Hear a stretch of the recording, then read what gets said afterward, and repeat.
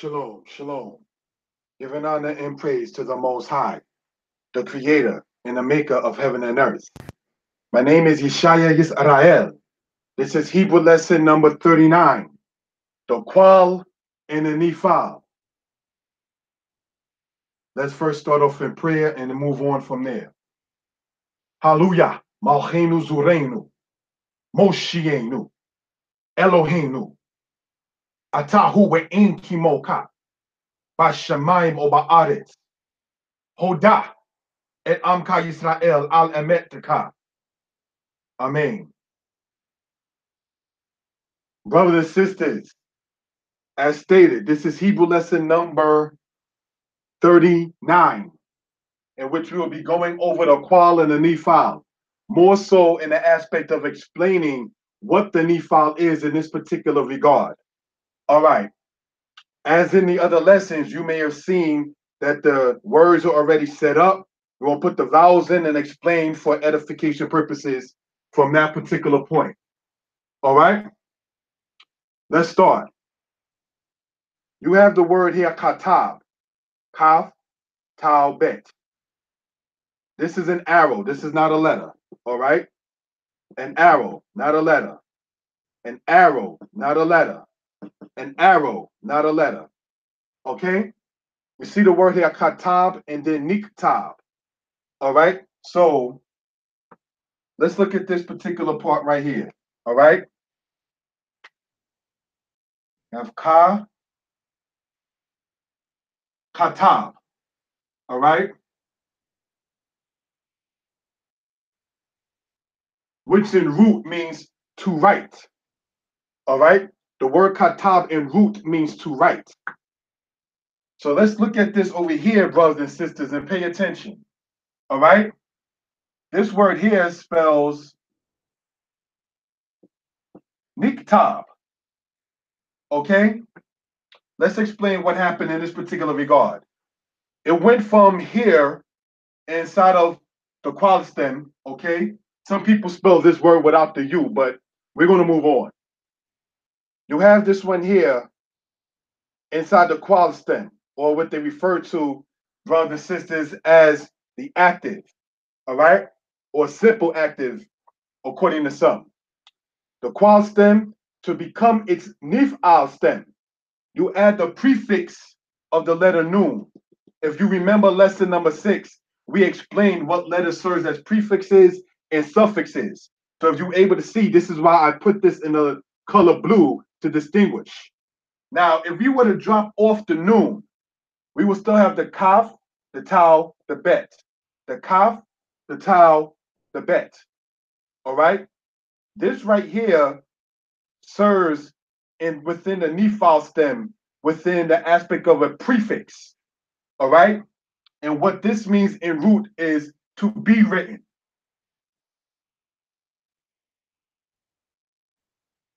You see this kind of form in like the book of Samuel with the Nif'al stem. There are 7 stems, but we're only going to focus in this lesson on the qual stem and the Nif'al stem and how they each work. All right? So the Nif'al stem is referred to in many cases in Hebrew as the passive. It is the passive of the qual stem. The Nif'al is the passive of this. Nif'al, you got the nun representing such. All right? Niktab, to be written. All right? So this is what we want to point out for edification purposes. All right? Let's look at another word that's commonly used as a verb. All right? We have this word here. All right? Sha'al. All right? Sha'al. Sha'al. The definition of that, or the meaning or the translation, all right, means to ask. The word sha'al means to ask or to request. Okay, so let's look at the sha'al, which will fall under the qual aspect, all right?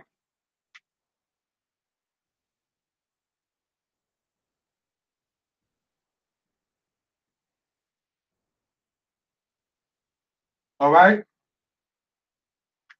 Under the qual, the word to say to ask in Hebrew is the word sha'al. Now, when you put it and conjugate it within its Nif'al form, all right, you have the word here, nish al. Okay, the noon with the kirik, ni. This sheen with the shawah, you join it together as we went over in lesson number 4. All right, so that's nish al. Always remember aleph is mute. So it's nish al, nish al. And the definition or the translation for that in root means to be asked. All right. So there's a couple of things, brothers and sisters, we want to sit there and expound upon concerning the Nif'al stem. It is in root prefixed with the noon. All right. This is why this letter becomes very important when you're dealing in the aspect of Hebrew. Then you have the aspect of sha'al, to ask, nish'al, to be asked. All right. This falling katab, sha'al, are both under the qual. Niktab, as well as nish'al, are under the nif'al aspect. All right. So this is what we want to point out for edification purposes. We're only going to deal with in this right here and the aspect of the present tense concerning the nif'al stem. All right. We're not going to deal with any or much of conjugation concerning the qual stem outside of its regular root, as you see here. All right. So let's look at this right here. You have, brothers and sisters, this here. Ani, I am. All right. And now looking at this particular aspect with this within this Nif'al stem, right?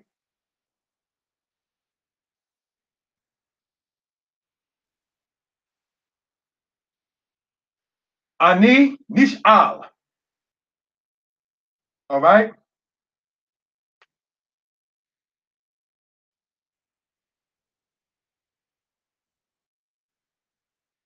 Ani nish'al means I am asked. Ani nish'al. I am asked. Then we have, okay, brothers and sisters,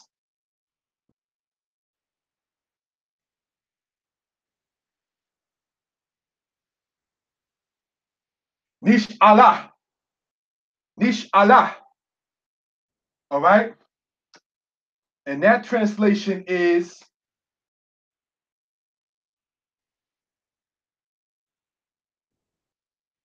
asked. So for those familiar with Hebrew, we already see what? You have the quamats and the hey. So that should automatically tell you there 98% chance of something feminine about that. So FS stands for feminine singular. MS stands for masculine singular. All right. So this is what we want to point out for edification purposes. All right. So ani, that being masculine or feminine, okay? A man or a woman would say that. Ani nish'al, I am asked. Ani nish'al la'asot tadabar. I am asked to do the thing. That would be if a male is saying it. Ani nish'alah.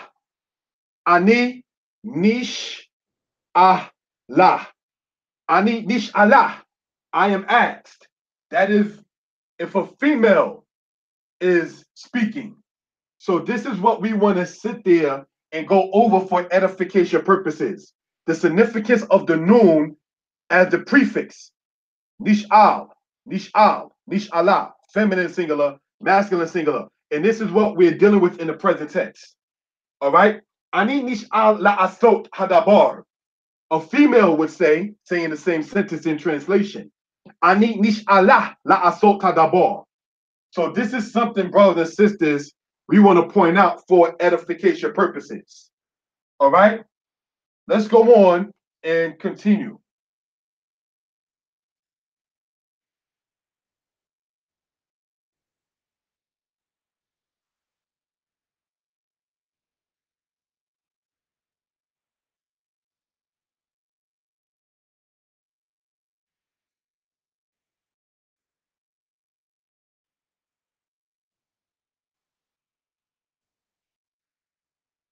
Okay. Hu niktab. What does who mean? It means in this regard, he or it is. He is or it is. Niktab means written, masculine, singular. Hu niktebet. I wonder how many people caught on to that. What are we saying? Hu niktab. He is or it is written. And then I'm saying hu niktebet. That is grammatically incorrect. So I did that on purpose when I set this lesson up so I can go step by step to show grammar, first person, second person, third person, and so forth. The correct pronoun for this one is this.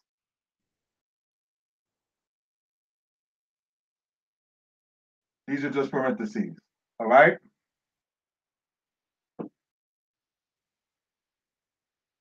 He, niktebet. So you have who, niktab, he, niktebet. What does he mean? She. You get that going all the way back to lesson 36 and so forth. All right.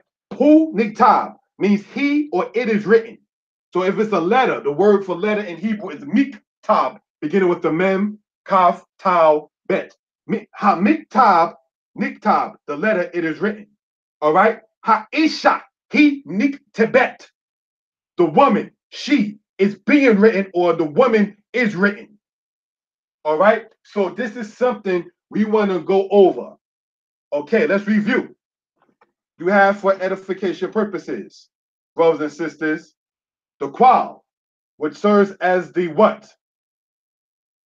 The active. The nif'al is the passive. Let me explain. What you see in this, my left hand, this blue marker is passive. The black marker is active. This is active. Hitting. This is being hit. One is being done to the other. This is passive. My right hand with the marker is active. So that's the distinction between passive and active. Okay? So on this side, we have the qual part with the two verbs here, katab and sha'al, to write, to ask. Then we have the nif'al on this side, niktab, to be written, and nish'al, to be asked. All right? Ani, serving for the male or the female. Ani nish'al, I am asked. A female would say, Ani nish'alah. Then we have what? Who, niktab. He is or it is written. A female saying the same thing would say he niktebet. So we want to emphasize the importance, brothers and sisters. I want to circle this. Follow along. Important, important, important, important, important, important. Not that the others is not as important, but they are not as important concerning this lesson because we are beginning to get into the aspect of the Nif'al stem. This stem here is used not as much as the aspect of the qual stem. Okay? It's not used as much as the qual stem. The qual stem is the most used stem, and there are 7 stems. In the next lesson, we'll continue on with the aspect of the Nif'al, but remembering that we're dealing with this particular aspect for conversational purposes. So I will pick verbs that people use quite frequently. You understand, such as doing, going, singing, eating, and so forth. All right. So that's what we want to point out in that particular regard. Katab, to write. Niktab, in the Nif'al, to be written. Sha'al, to ask. Nish'al, in the Nif'al, to be asked. Ani nish'al, I am asked. A female will say, Ani nish'alah, I am asked. Who? Niktab, it is written.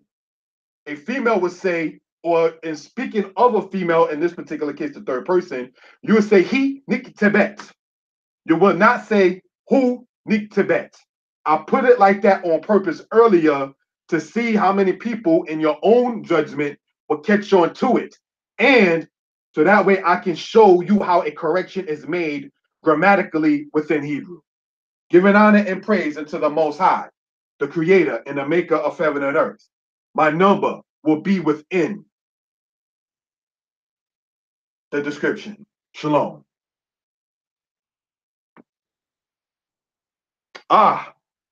One thing, or two things, should I say.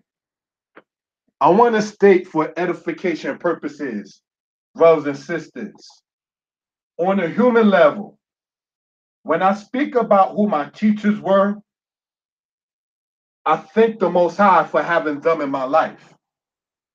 You understand? When I teach a lesson, though I love constructive criticism, people said about the lighting, the board, and so forth, work on this, work on that, try not to make it so long. I don't mind constructive criticism.